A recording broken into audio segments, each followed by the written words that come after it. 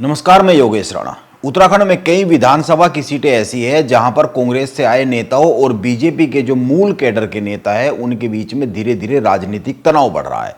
BJP ने केदारनाथ उपचुनाव से जो संकेत दिए, टिकट आवंटन में कांग्रेस से आए नेताओं को नहीं, मूल कैडर के नेताओं को अधिक तरजीह दी जाएगी। केदारनाथ में परिणाम भी बीजेपी के पक्ष में आ गया और यह कहा जाने लगा 2027 के विधानसभा चुनाव में बीजेपी में उन नेताओं को टिकट के लिए तरजीह दी जाएगी जो मूल कैडर के हैं। और बीजेपी के बहुत से नेता इस पक्ष में भी गोलबंदी कर रहे हैं कि टिकट पर पहला हक बीजेपी के मूल कैडर के नेताओं का है, कांग्रेस से आए नेताओं का नहीं है। पिछले करीब एक साल में उत्तराखंड में बीजेपी में 12,000 से अधिक कांग्रेस पार्टी के नेता कार्यकर्ता आए हैं, ज्वाइन किया है। इनमें से बहुत से नेता ऐसे हैं जो अभी निकाय चुनाव में टिकट के दावेदार हैं और बहुत से 2027 के विधानसभा चुनाव में बीजेपी से टिकट की उम्मीद लगाए बैठे हैं।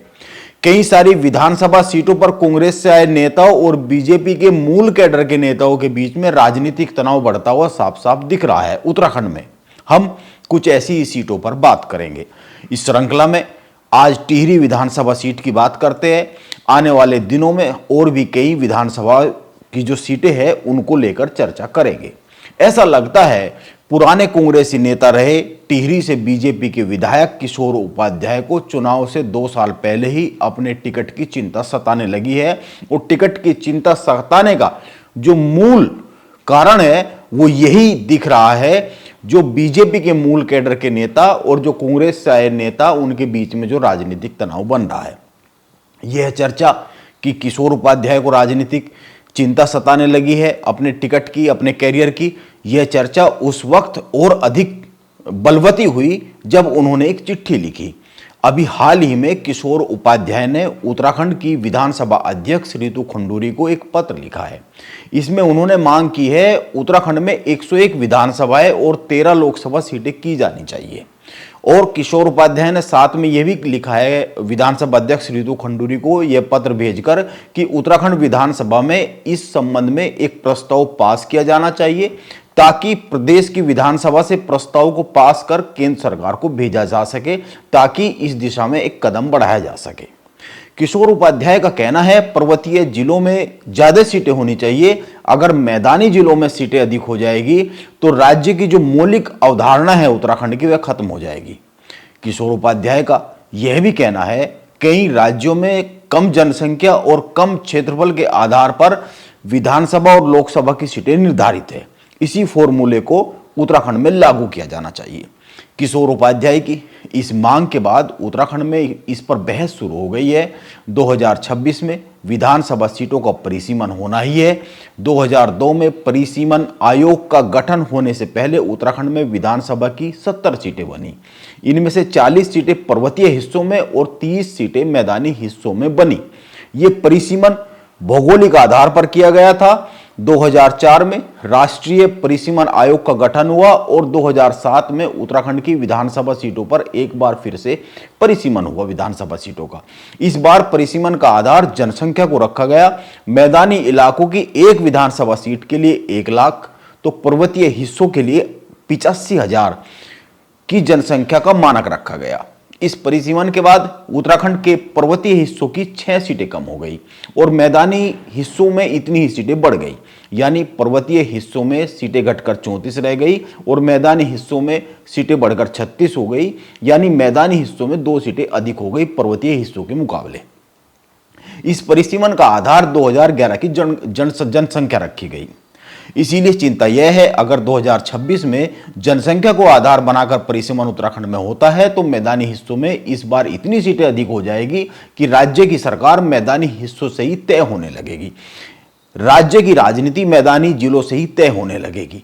इससे पर्वतीय हिस्सों की अनदेखी बढ़ने का डर पैदा हो जाएगा, जो कि अभी भी अनदेखी पर्वतीय हिस्सों की पर्वतीय जिलों की होती ही है। जो विधायक पर्वतीय हिस्सों से चुने जाते हैं वे भी मैदानी हिस्सों में आकर घर बना लेते हैं। जैसे कुमाऊं में जो विधायक चुने जाते हैं वो हल्द्वानी में या देहरादून में, और जो गढ़वाल में विधायक चुने जाते हैं पर्वतीय हिस्सों में वो देहरादून में आकर घर बना लेते हैं। उनकी प्राथमिकता ये रहती है कि वह ज़्यादा से ज़्यादा इन शहरों में रहे। इस कारण किशोर उपाध्याय के सुझाव पर बहस तो होनी ही चाहिए, इसमें कोई दो राय नहीं है। लेकिन कईयों का कहना है कि किशोर उपाध्याय के इस सुझाव को इस दृष्टि से भी देखा जाना चाहिए, उनके लिए टिहरी विधानसभा में एक राजनीतिक संकट खड़ा हो रहा है। उनको अपने टिकट पर 2027 में अभी से संकट आता हुआ दिख रहा है। टिहरी में बीजेपी का मूल नेता कौन है, अक्सर यह सवाल उठता रहता है वहां के कार्यकर्ताओं के बीच में, और जो वहां नेताओं के बीच में जो राजनीतिक तनातनी रहती है, कोल्ड वॉर चलता रहता है, उसमें भी यह सवाल उठता रहता है। पूर्व मंत्री दिनेश धने और किशोर उपाध्याय के बीच लोकसभा चुनाव के वक्त तो जो विवाद हुआ था, आप लोगों को याद ही होगा, महेंद्र भट्ट को देहरादून में बुलाकर बीच में आना पड़ गया था। टिहरी से मौजूदा विधायक किशोर उपाध्याय, दिनेश धने और धन सिंह नेगी टिकट के प्रबल दावेदार है। इसके साथ ही सोना सजवान भी वहां पर अपने राजनीतिक जो ताकत है उसको धीरे धीरे बढ़ा रही है। ऊपर से बीजेपी में मूल कैडर और कांग्रेस से आयातित नेताओं का मुद्दा धीरे धीरे बनता ही जा रहा है। टिहरी में किशोर उपाध्याय और दिनेश धने के बीच हमेशा शीत युद्ध चलता रहता है। इस तरह के माहौल में टिहरी में बीजेपी के कार्यकर्ताओं के आगे बार बार दिक्कत यह आती है, आखिर उनका सबसे बड़ा नेता कौन है। तीनों ही एक दूसरे पर अनैतिक तरीके से संपत्ति अर्जित करने और तमाम तरह के आरोप लगाते रहते हैं। अभी इसी साल सितंबर माह की बात है, टिहरी के पूर्व विधायक धन सिंह नेगी की बीजेपी में वापसी हो गई। प्रदेश अध्यक्ष महेंद्र भट्ट और त्रिवेंद्र सिंह रावत की उपस्थिति में बीजेपी के प्रदेश कार्यालय में धन सिंह नेगी की बीजेपी को ज्वाइन करने की तस्वीरें आ गई। धन सिंह नेगी 2017 से 22 तक टिहरी से विधायक रहे हैं और 22 में टिकट न मिलने के कारण वो भाजपा छोड़कर कांग्रेस में चले गए थे, वो अब वापस आ गए हैं। लेकिन अब जो वापसी हुई है तो यह माना जाना चाहिए वे किन्हीं शर्तों पर आए होंगे, किसी बातचीत के बाद आए होंगे, कोई बात उन्होंने रखी होगी, कोई आश्वासन बीजेपी ने दिया होगा, इसीलिए यह माना जा रहा है कि 2027 में वो टिकट के प्रबल दावेदार है।